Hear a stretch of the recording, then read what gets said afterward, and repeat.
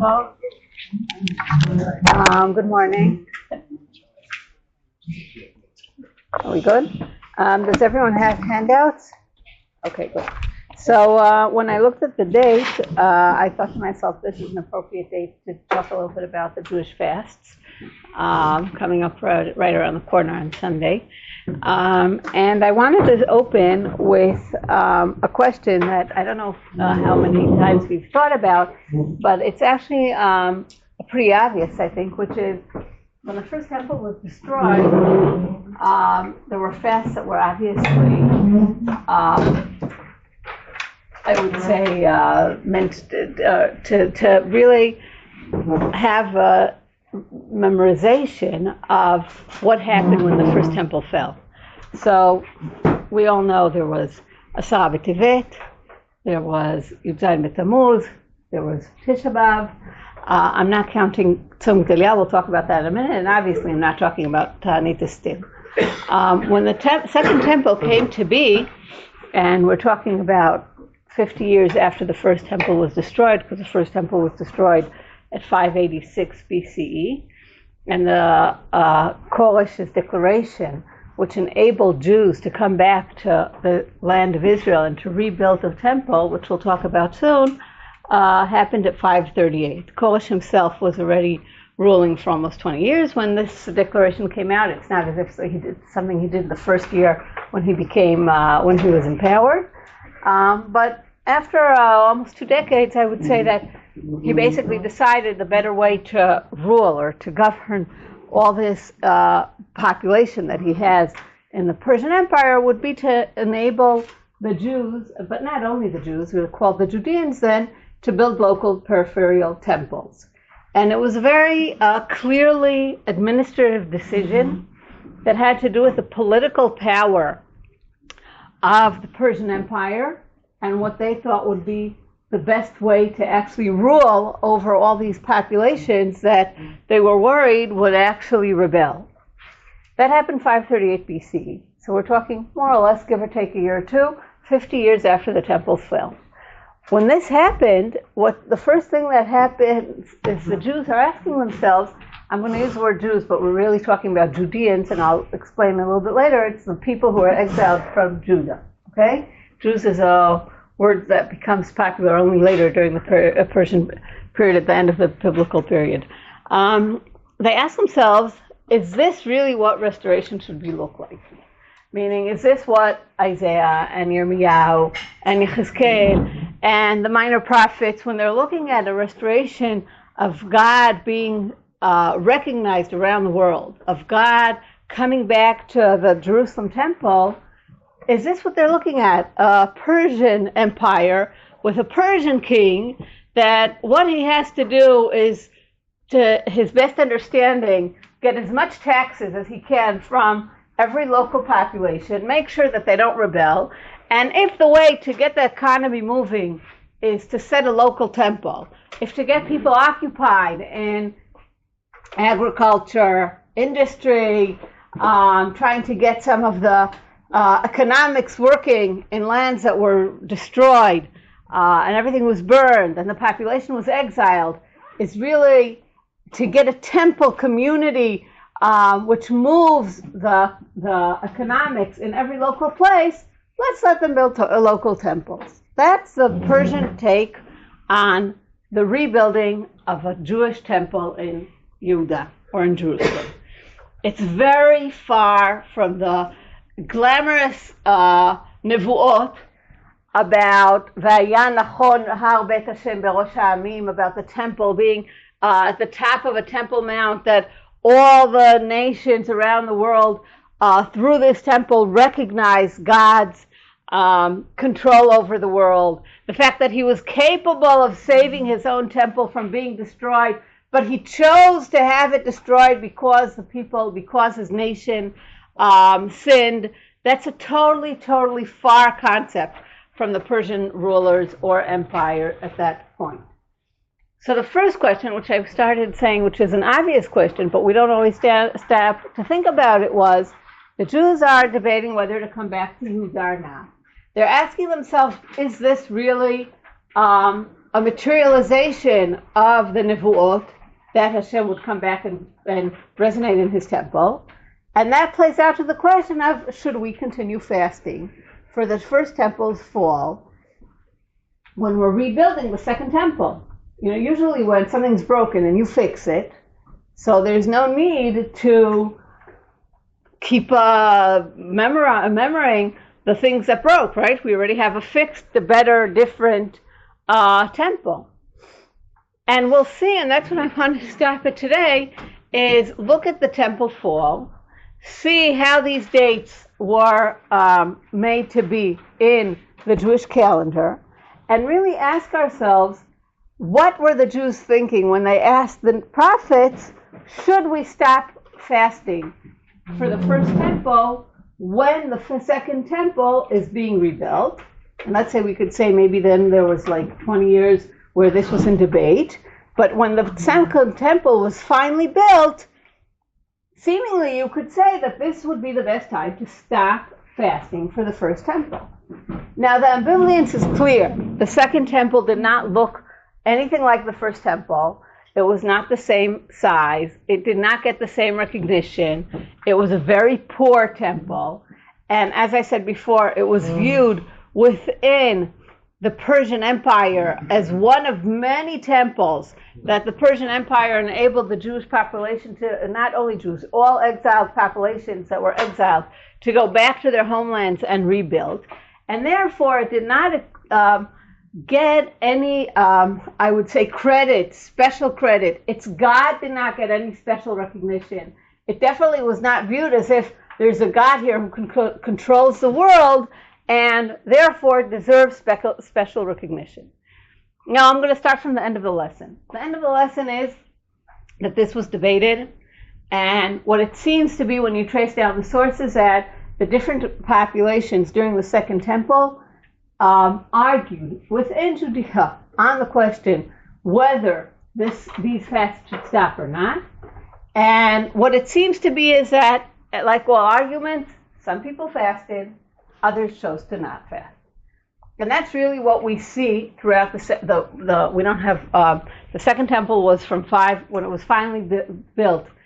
Cyrus's declaration was 538. It was finally built in 516 BCE, meaning it took almost 20 years till it was finally institutionalized. And then it fell in 70. So we have approximately 600 years. We have sources that only cover the formative years till about 400 BCE when the biblical period ends. So that gives us about 100 years of the First Temple. And then we have again from, I would say, the Hashmonaite period, and Hodus, as everyone knows, and Yosefus, everyone knows. So that gives or take about 200 last years of the Second Temple. So what we really have this like 300 or 200 or 300 years in the middle between the Persian period and the Hellenistic period, where we really know very little. Another about 200 years another 100 years of the Persian period until 333 BCE. We really don't, until Alexander the Great came to be, we really know very little. So when I say probably throughout the Second Temple years, some populations continued to fast, while others decided to stop fasting, what we really know is that in the formative years, or the first 100 years, that was the case. And we'll start the shiur today with the source showing us that that was the case throughout, most probably until the end of the years of the Second Temple. But I don't really have any sources that kind of give us a straight line throughout all of the years of the Second Temple. So before we look at the first source, are there any questions? Yes? Who instituted the fast in the first place? We'll see it in a minute. The questioning regarding that, we don't know specifically, but we know very clearly that the prophets, after the fall, institutionalized the fast. Yes? Was there any discussion of Jewish sovereignty as part of Heshbon, of whether we fast or not? So we'll see it in a minute, and then you can answer your other question for yourself. Yes? With the three fasts like grouped together, Tisha B'Av and Shiva Asar Tammuz and Asar V'Teget, you're talking about just one? So you'll see they're grouped a little differently in the book of Zechariah, and in a surprising way, and we'll see it soon. So let's look at the first source. So the first source I brought is from what we call Megillat Ta'anit. like I said, it's the final years of the Second Temple. And what Megillat Ta'anit has is really a source. It's a source that Professor Vered Noam edited and took out as a book. If anyone wants to see it, it came out in Yad Ben-Tzvi in a very fine print and version. And what it really is a short text. I mean, it's big when it has all the footnotes, but it's not a long text on its own merits. And it actually has all the dates that, at least throughout the tradition of the Second Temple, they used to not fast. It's, even though it's called Ta'anit, it's the opposite. It's vice versa. And let's look at what it has at the top. ב-15 באב זמן האי כהניה. So on the 15th day of Av, right, was the day of the Atzei HaKohanim, the trees for the Kohanim. I'll explain it shortly. דלא מספד בהוד, ואין מתענים בהן. So the first source I'm bringing is not about Tisha B'Av, it's about the 15th day of Av. And it's said to be specifically a day that, because they were bringing trees to the temple, that's what we call Atzei Kohanim, trees brought to the temple. We'll see in a minute, it was a very large ceremony and a lot of celebrations. That day on Tisha B'Av was turned to be a day that no one ever should fast or mourn. And now I'm going to go on. The 15 B'Av, 15 of Av. Now let's go on and see that there's the texts have different versions, and I put down two more כתבי יד, two more text versions.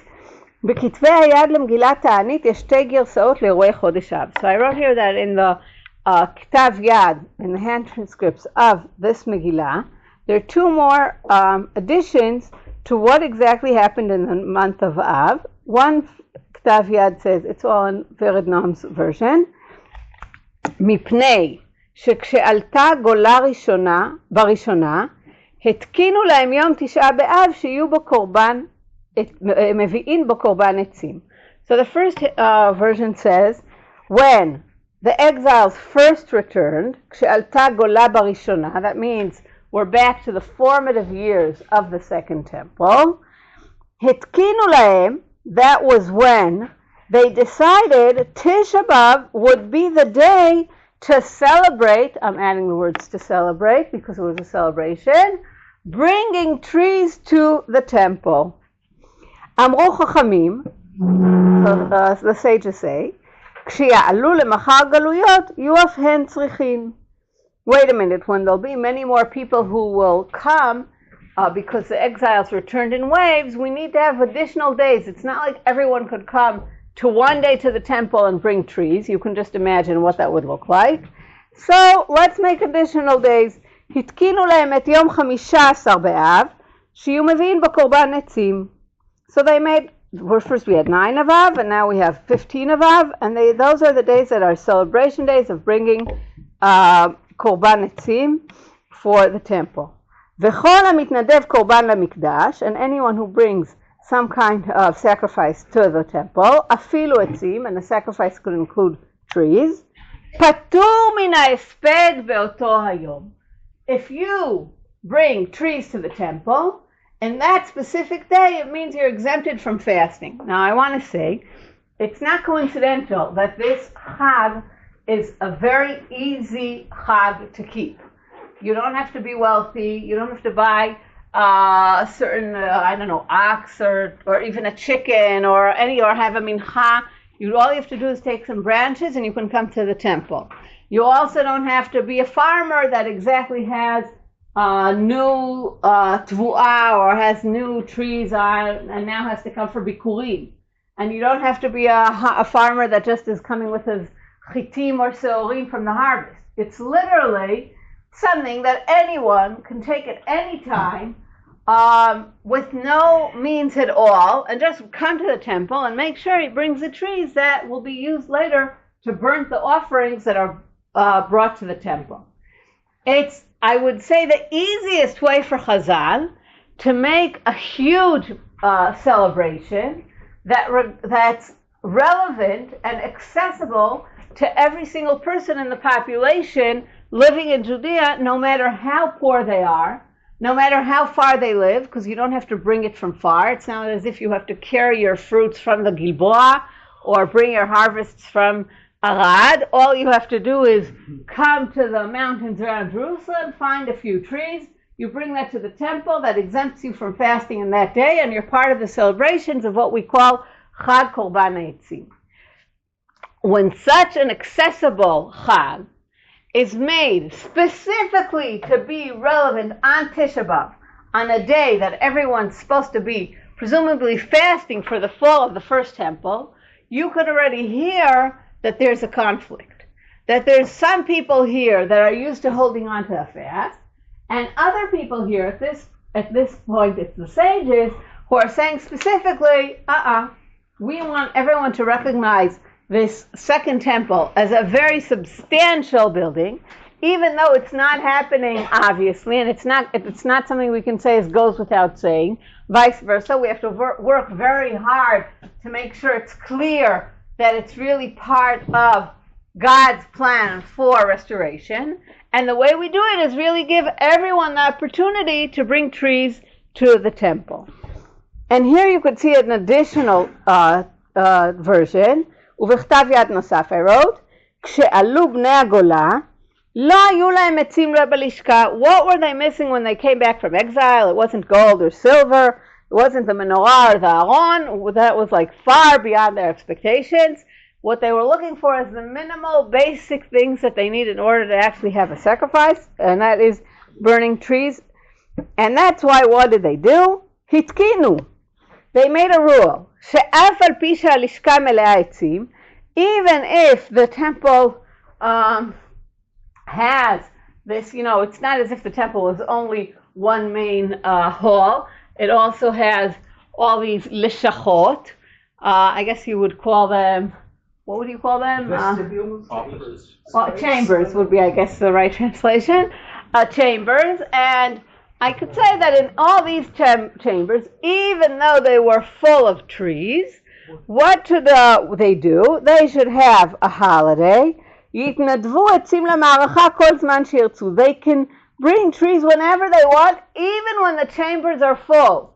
Meaning, the sages here are making an explicit note of the fact that there's no limit to the amount of trees people can bring, on the understanding that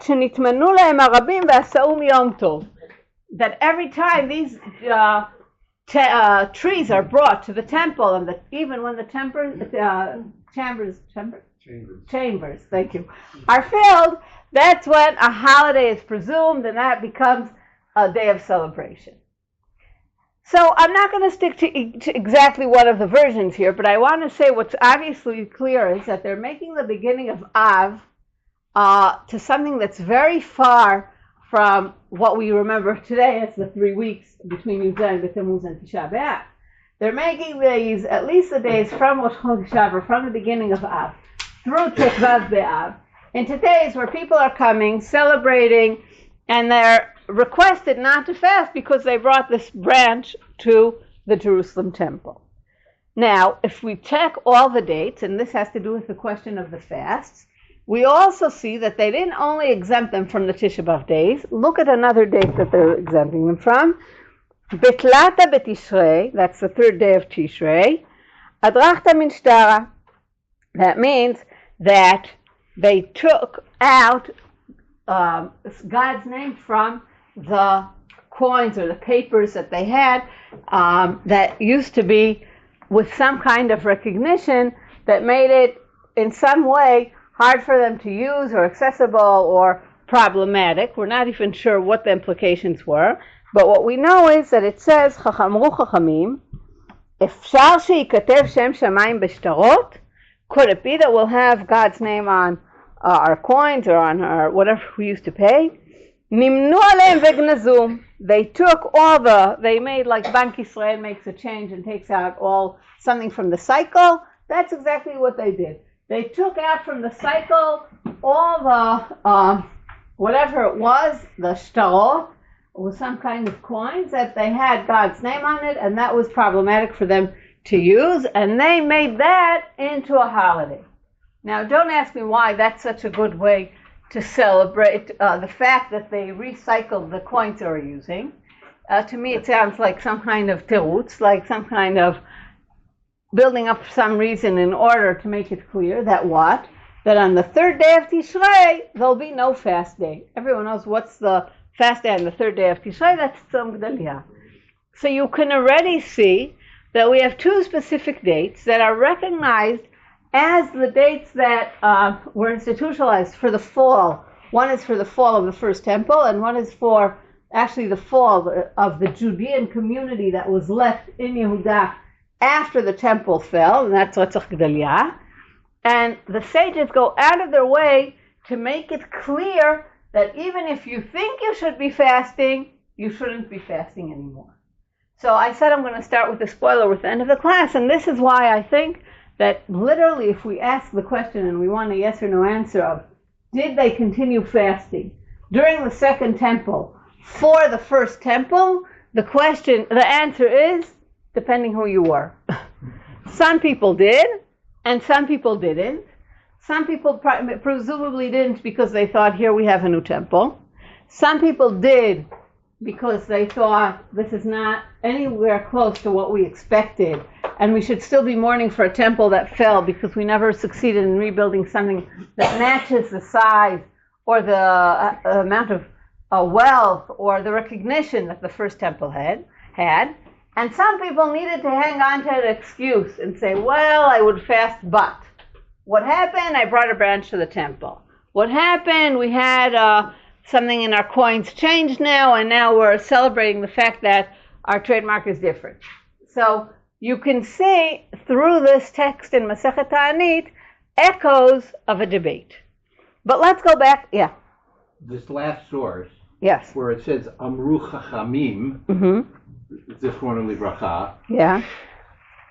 Is that in the Megillat Ta'anit? Yeah, thanks. It's in Megillat Ta'anit. So Megillat Ta'anit is a relatively late source. Nachon, that's why I said no. It's the way they're talking about the end years of the second temple. Meaning it's so looking at the. They're looking at the. Yeah, they're looking. Megillat Ta'anit referred to some kind of population of people Nachon. as Chachamim. Nachon.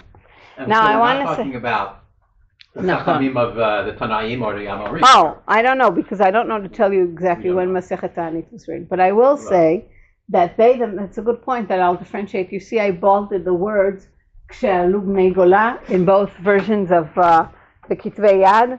Yeah. The reason I bolded it was because I wanted to say that even if we're looking at the final years of the second temple, it was very important for them to mark that this was already the case in the formative years of the second temple. That they wanted to make sure we're looking back, I don't know if it was 500 years or 600 years or 400 years, but that we're looking back and we understand that the debate whether we should continue fasting for the first temple during the second temple was there from day one, because Alu bnei Gola is the returnees from the exile. That's a phrase that very clearly resembles the way that the waves of the returnees in Ezra and in Nehemiah are framed. So they're clearly referring to these first waves. Now, I don't know to tell you if it's the first wave when Cyrus was there, or if it's the later waves when Daryavish, or maybe even the later waves under the rule of Artaxerxes when Ezra and Nehemiah came. But in any case, we're talking about the years between 538 or 516 when the temple was institutionalized. I would say not till after 450 or the latest 400 BCE. So when they're looking at this text, they're telling us already then it was made to be a holiday. Okay, so that's the subtext. I want to go on and see what exactly happened with the fast. So the first thing I want to do is to stop a minute and say what happened exactly in Tzom Gedalia, because I think there's a reason that Megillat Ta'anit is referring to Tisha B'Av and to Tzom Gedalia. It's not coincidental. They're assuming, that's my understanding, that Asara B'Tevet and Yunzai B'Tammuz are byproducts of Tisha B'Av. Meaning, if you don't fast on Tisha B'Av, you're not going to fast on Yunzai B'Tammuz or on Asara B'Tevet. That's kind of like one group. But Tzom Gedalia was institutionalized for a different reason, and therefore it could be the case that some people argued, okay, we don't fast Asara B'Tevet Yud Zayin B'Tammuz Tisha B'Av, but really we should still be fasting Tzom Gedalia, which might be also an explanation to why this comes later as another conversation.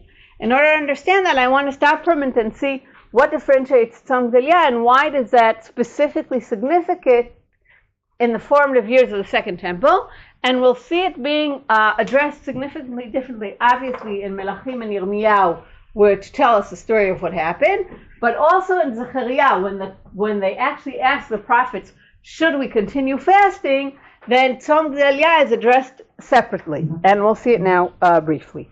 So the first source is the Melachim. I'll just run it through it quickly to see what happened in Tzom Gedalia. והעם הנשאר בארץ יהודה השאיר נבוכדנצר מלך בבל והפקד עליהם גדליהו בן אחיקם בן שפן. So the people left in the land of Yehuda, that Nebuchadnezzar melech Bavel left, he appointed Gdeliah ben Achikam ben Shaphan.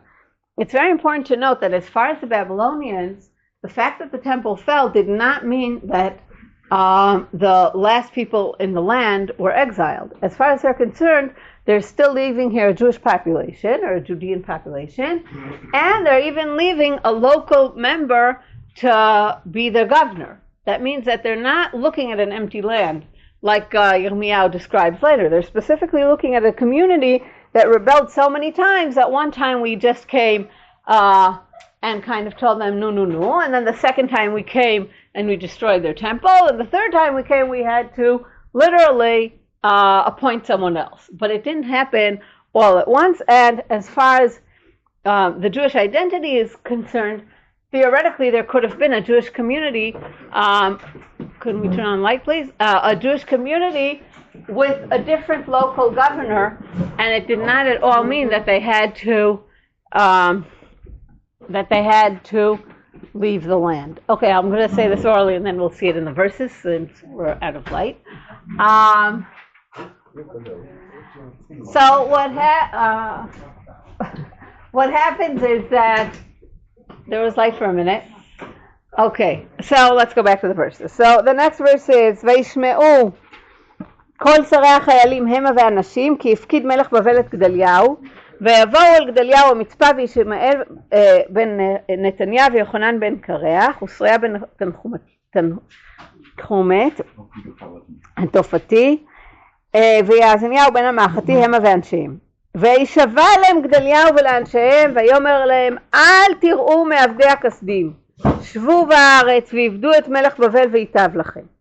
Now, I want to say something that I think is extremely important to understanding the circumstances here. This most probably did not happen 7 weeks after the Churban, meaning we're not looking at Tishrei of that year. Meaning Tisha B'Av was Tisha B'Av, and this is already the beginning of Tishrei. That would mean, if it would have to be the same exact year, that we have less than 3 weeks left in Av and Elul, 7 weeks. This did not happen in 7 weeks. This was probably Av at 1 year. And I don't know if this was a year, but I assume it was a few years later in the month of Tishrei. And you can see that all sources, whether it's Melachim, Yechezkel, Yirmiyahu, none of them say a year. So we don't know which year. But they all just say, ויהי בחודש השביעי, בא ישמעאל בן נתניה בן אלישמע מזרע המלוכה, ו10 אנשים איתו ויכו את גדליהו וימות, ואת היהודים ואת הכסדים ואת אשר היו איתו במצפה. ויקומו כל העם מקטון ועד גדול ושרי החיילים ויבואו מצרים כי יראו מפני הכסדים. So I wanted to be clear what happened here as far as this text is demonstrating. It's demonstrating that the Judean living in Yehuda after the first temple fell are actually in very good relationship with the Kasdim, with the Babylonians that live amongst them. And they live together. And it seems like they're rebuilding Yehuda locally as an administrative court. And they have some agriculture. We'll see that soon in Yirmiyahu. And presumably they're doing okay. When Yishmael kills Gdaliah, their understanding is that the Babylonians will understand that they're rebelling again. And of fright and of fear of the Babylonians, that is when the last people within Yehuda choose to leave Yehuda. It's not because God told them to leave. On the contrary, they were supposed to stay. It's not because Hashem decided that the country would be empty, and it's not because the temple was burnt. It's only because they already have a history of being a rebellious nation, and we know that from all the prophets' sayings against Tzidkiyahu, also especially in Yirmiyahu, time and again telling the last Judean kings not to rebel against the Kasdim, and when this happens, and on an imperial level, they're in trouble. And if you read the verses carefully, you could see it said specifically, meaning you could see that it says, first of all, that they're there, right? העם הנשאר בארץ יהודה, השאיר נבוכדנצר מלך בבל. So they were left specifically by the Babylonian king. וישמעו כל שרי החיילים, their local soldiers, המה והאנשים, כי הפקיד מלך בבל. They all feel comfortable together. And then you can see, וישבע להם גדליהו ולאנשיהם, ואומר להם, אל תראו מעבדי הכסדים. Don't worry from the Kasdim, the Babylonians were fine with them. שבו בארץ ועבדו את מלך בבל. I have full faith that we'll be fine here. And then when he comes, ויכו את גדליהו וימות, ואת היהודים ואת הכסדים. So who do they kill? They kill the whole population who's trying to be the administrative, I would guess, organizing people that are trying to kind of reproduce some kind of normal life in Yehuda. And those people include amongst them Jews and Kasdim and Babylonians that are working together to make it work for them here. By the way, we'll see that later in the Persian Empire. You'll see that in Isaiah Nehemiah, there's not one word against the Persians. In the same way that here in the final years of the Babylonians, they're trying to work together to make life here reasonable for everyone. We see it later in the Second Temple years, where they're trying to work together with the Persian administrative local people to make life work together. So at the end of the day, we have a local population that wants to live and wants to have what to eat and wants to have agriculture and wants to have some kind of, I guess, industry working, or a temple kind of economics, or whatever, community, or whatever you would call it. And they're trying to work together to make that work. When Gedaliah is killed, they're first and foremost worried that these Babylonians will think that these Jews all betrayed them. And that's why they leave. Ki yar'u, look at the last 4 words in this Melachim. Why do they leave? Vayavou Mitzrayim ki yar'u mipnei kasdim. I just want to say that all this coalition of trying to rebuild the Yehuda could not happen in a couple of weeks. It takes time.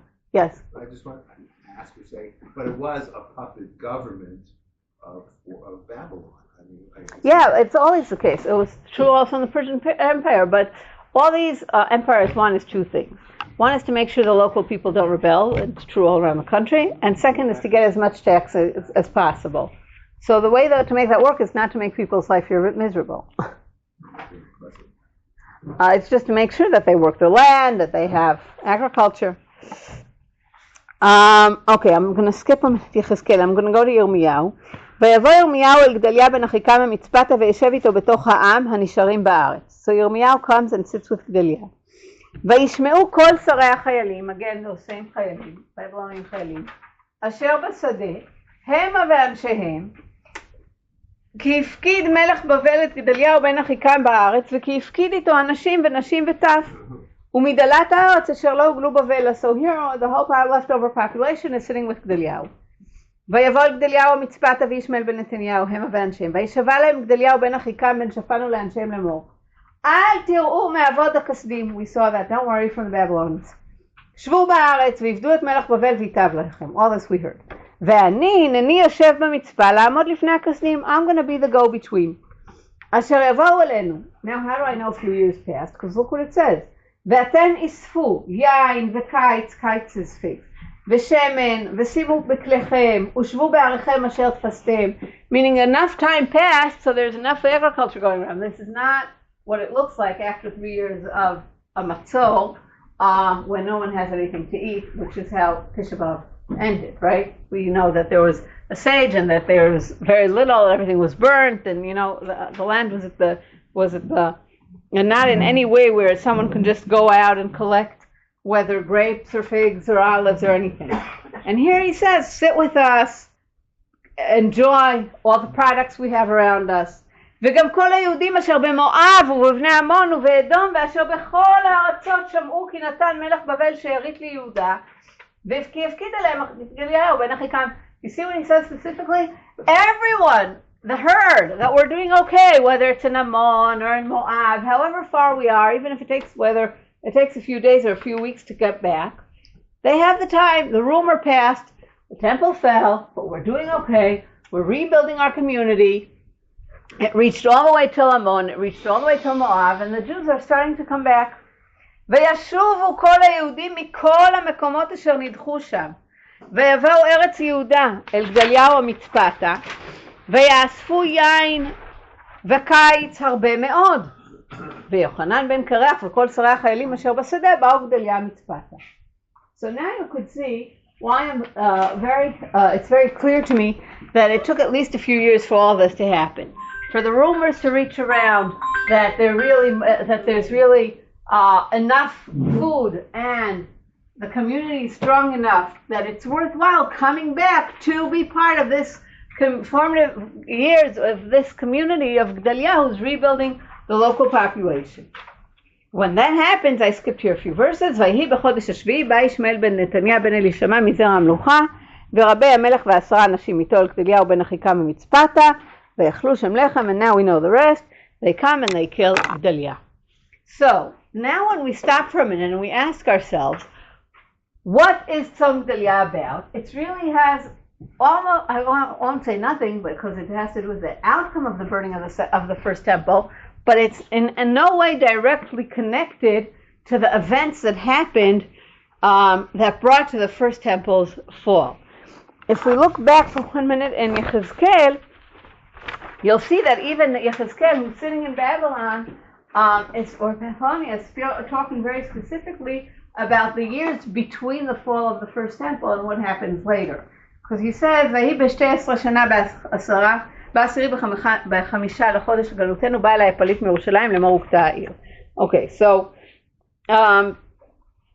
at the 12 years after the Yoachim's exile, he comes and he hears that Jerusalem fell. And now time has passed and here's a new prophecy. ויהי דבר השם אלי לאמור, בן אדם, יושבי החרבות האלה על אדמת ישראל אומרים לאמור.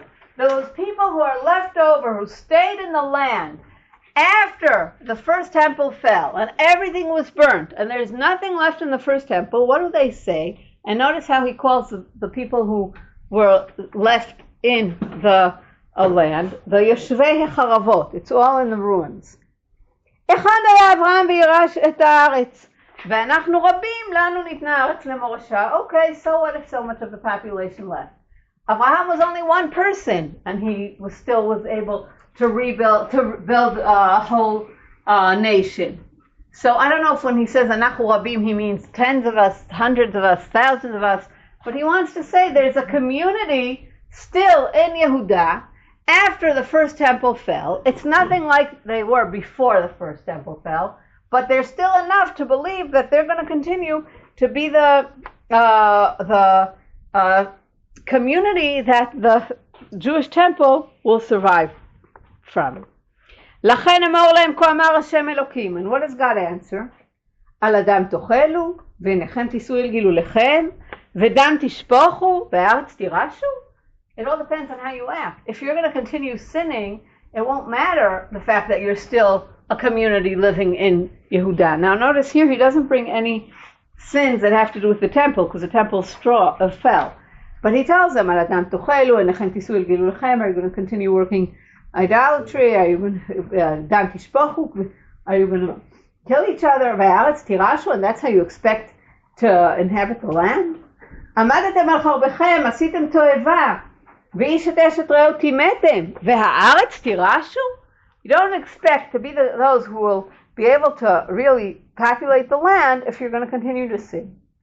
כה תאמר עליהם, כה אמר השם אלוקים. חי אני אם לא בחרבות בחרב יפולו. It can get even worse. And even though you survived the temples being burnt, you can still be killed by sword. And even if you ran out to the fields, you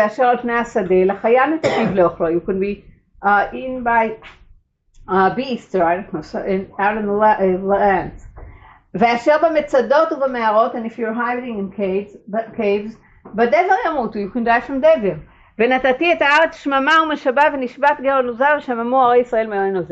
It could be even worse, Yechezkel is telling me. The land could be totally empty if after the first temple fell, and even though you have this recognition that you can still continue the Jewish population, just like Abraham was only one, and even though you're few, if you don't change the way you act. Now, obviously, from Yirmiyahu's perspective, we don't hear that. We don't hear him telling the people around him, why are you still sinning?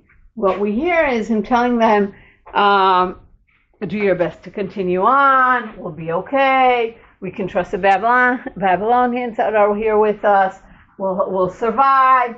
But when you get the Babylonian perspective of the Jews sitting in Babylon, that they're fighting to say that it's them who are going to continue the Jewish nation, the people who exiled, and Yechezkel's perspective to what's going on in Jerusalem. So he's saying, we have to wait and see how are they going to act. If they don't do tshuva, it could get even worse for them because the land could be totally empty. So basically what we see is that, I don't know, again, I said the first temple was destroyed at 586. I don't know if we're already in 580 or 575 or 583, but we're already talking a few years after the temple was destroyed, and that's when Gedaliah is murdered. And I said 538, we have here specific years. The second temple was established. It did not move forward. It kind of got stuck because we have Tzarei Yehuda u'Binyamin. But let's look at Zechariah where this question comes up. ויהי בשנת 4 לדריווש המלך. So now we're talking about 522 BCE, or 520 BCE, because it's the fourth year of Dariavish. He started in 522, so we're already 518 actually BCE.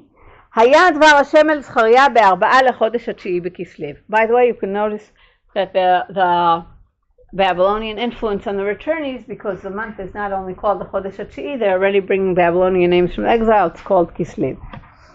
וישלח בית אל שער ורגע מלך ואנשיו לכלות את פני השם, לאמור על הכהנים לבית השם צבאות ולנביאים לאמור. So now, they're in the process of rebuilding the second temple. It's not finalized yet, and they're debating.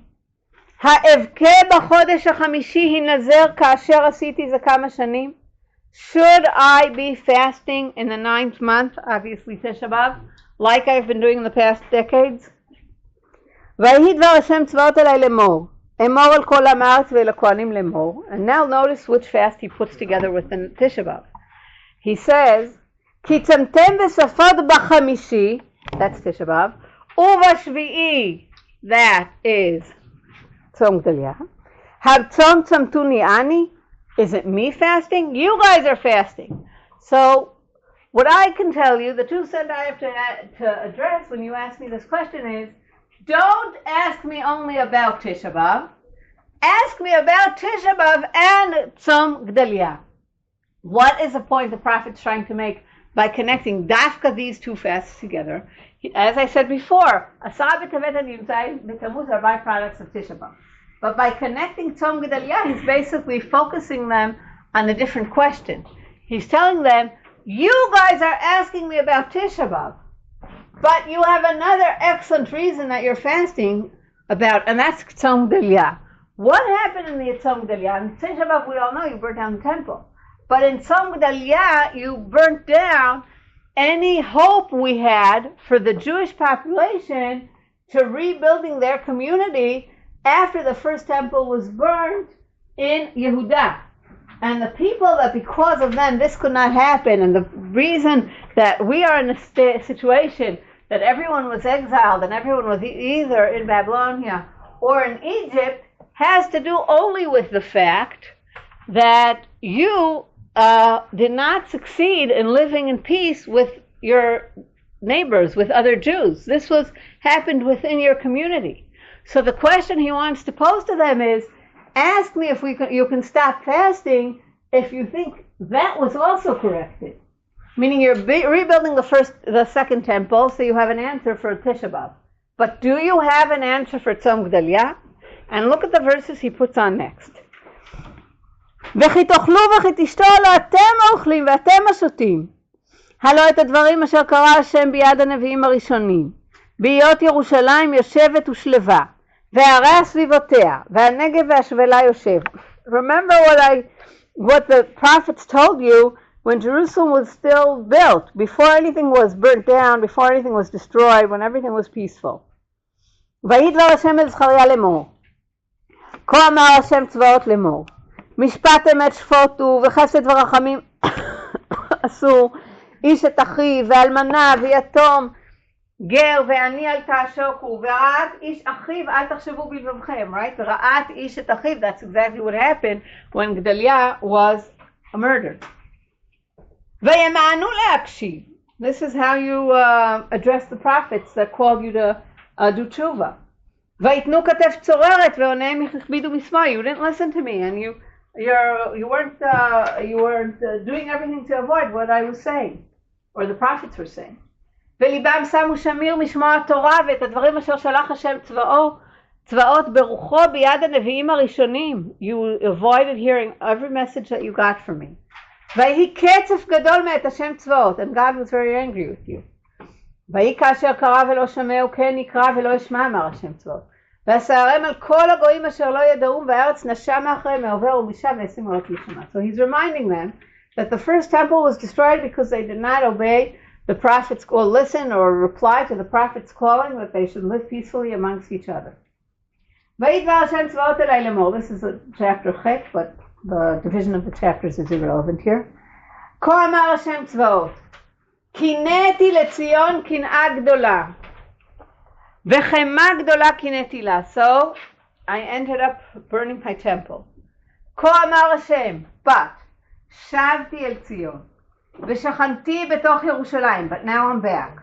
ונקראה ירושלים עיר האמת והר השם צבאות הר הקודש. כה אמר השם צבאות. And this is a very well quoted verse. It's also here on the Mesilah. עוד ישבו זקנים וזקנות ברחובות ירושלים ואיש משענתו בידו מרוב ימי ורחובות העיר מלאו ילדים וילדות משחקים ברחובותיה. כה אמר השם צבאות. Now look at what he's saying. כי יפלא בעיני שארית העם הזה. You're surprised, you're wondering if this can actually materialize, you're wondering if this will actually happen. Well, I have something to tell you. גם בעיני יפלא נאום השם. I'm also wondering. You're wondering, so am I. Basically what God's telling them via the prophets is, your question is not posed to the right address. It's not about me. I'm not the person fasting. I'm God. I gave you the opportunities. And the question whether you should continue fasting or not for the first temple, after you're rebuilding the second temple, has to do with, I guess, two things. First, is the reason that you fasted for Tzom Gedalia also gone, meaning notice it's not just about building the temple. And second of all, it's totally up to you. Check all your behavior, check everything, in between these verses, and check if it's changed, then stop fasting. If it hasn't changed, don't ask me. And here's his final answer. ויהי דבר השם צבאות אלי לאמור. כה אמר השם צבאות. Now notice which fast he notes. צום הרביעי, that's י"ז בתמוז. וצום החמישי, that's תשע באב. וצום השביעי, that's צום גדליה. וצום העשירי, that's עשרה בטבת. יהיה לבית יהודה לששון ולשמחה ולמועדים טובים, והאמת והשלום אהבו. כה אמר השם צבאות, עוד אשר יבואו עמים ויושבי עמים רבות, והלכו יושבי אחת אל אחת למונה לך הלוך לכלות את פני השם, ולבקש את השם צבאות אל חג המאני. And one day when that'll happen, ובאו עמים רבים וגויים עצומים לבקש את השם צבאות בירושלים לכלות את פני השם. Now what he wants to say is, it's a good question. The answer is not up to me, it's up to you. And when you decide whatever the answer is, then it has to do with all these four fasts together. Obviously, Tanita still was not formalized yet. But when you have an answer for Tzom Gedalia, when you have an answer for Tisha B'Av, the byproducts of Yud Zayin B'Tammuz and Asar B'Tevet will all come into place. And the answer is not up to me, it's up to you. Now, I want to say that I think he specifically leaves this question open in the air because there's no one answer. And if we think about what we looked at the beginning of the class of Megillat Ta'anit, now you can understand why this is so controversial and why different populations within this period can take different takes on the answer of whether they should be fasting or not. I will say that I chose two verses, one from Ezra and one to Nehemiah, to kind of close this lesson, because I think that you can hear echoes of the debate. The first verse is when the when the second temple is being literally rebuilt. So this is a retrospective description, but the ambivalence is clear. ורבים מהכהנים והלוויים וראשי האבות הזקנים אשר ראו את הבית הראשון ביסודו, זה הבית בעיניהם, בוכים בקול גדול. So many are crying. ורבים בתרועה שמחה להרים קול, and others are happy. ואין העם מכירים כל תרועת השמחה לכל בכי העם, כי העם מריעים תרועה גדולה והכל נשמע מרחוק. And it's hard to differentiate what's stronger, what's louder, what's more present, what's more obvious. Are the stronger voices those of the happiness, or are the stronger voices those of the tears? So you can see how from the first day the temple was built, the ambivalence was clear, and the verses describing it in retrospect still held on to this tradition that it was not clear whether this was it or not.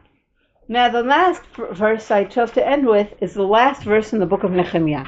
The last verse in the book of Nehemiah many times is overlooked, but it's very substantial. And it's Nehemiah telling them, parting from them, and telling them briefly what he brought to the table, which is not what we discussed today, but you can see what he ends with. So he's asking God to remember that he has a covenant with the priests and the Levites. And help them please be purified. And I helped and I did my best. And this is the last verse. ולקורבן העצים בעיתים מזומנות ולביקורים זכרה לי אלוהי לטובה. So here we can see in the last verse of Nehemiah this day being institutionalized, this Chag Korban HaEtzim, which we started with, right? We saw it in the Mishnah and Megillat Ta'anit. It's not a holiday we ever heard of in the Torah. It's not a holiday we heard of in the first temple. And when you wonder where did Megillat Ta'anit bring this Chag Korban HaEtzim from, you can see that Nehemiah, who wanted to make sure everyone living in Yehuda could feel connected to the second temple that was built. And I'm reminding you, the second temple was built 516. He comes, we know specifically because the dates of Artaxerxes that he came and left are mentioned, so it's about, he probably left at 445 BC back to Persia. So we're talking about 70 years after the temple was built that he was working in Jerusalem. And those were the years where he decided it has to be made more obvious that this temple is available and relevant for every single person who lives in Yehuda or is returning from exile to Yehuda or is just coming here briefly and leaving. And the way for him to do that is not to wait for a Rosh Hashanah, Yom Kippur, a Pesach, Sukkot, or Shavuot, which we don't hear almost anything about. And what he does is he institutionalizes this Chag Korban HaEtzim to make sure the temple is really, this second temple is really in the midst of Jewish life in Jerusalem. Now, you can look at it from two aspects. You can say, wow, there's an amazing holiday. People come to the temple, and every time they come, they don't have to fast. And it really makes the temple very relevant as a center place for everyone coming. But you can also look at it the other way and say, there's so little going on in the temple, and it's so not obvious that everyone's part of it. And it's not even clear, we don't even know if they celebrated Rosh Hashanah or Yom Kippur, or if there was Shavuos institutionalized in that temple. None of these holidays are even mentioned in the second temple biblical books, that maybe the fact that he had to institutionalize the Chag Korban Eitzim is actually a mirror of how fragile everything was and how not accessible it was, or how not obvious it was that this was the center of the place. So I think now I did my best to kind of lay out why there's really an unanswered clear answer to the question that I posed at the title of this class, which is, should we still fast the status of the first temple fast days in the second temple era? Thank you. I'll be glad to answer questions.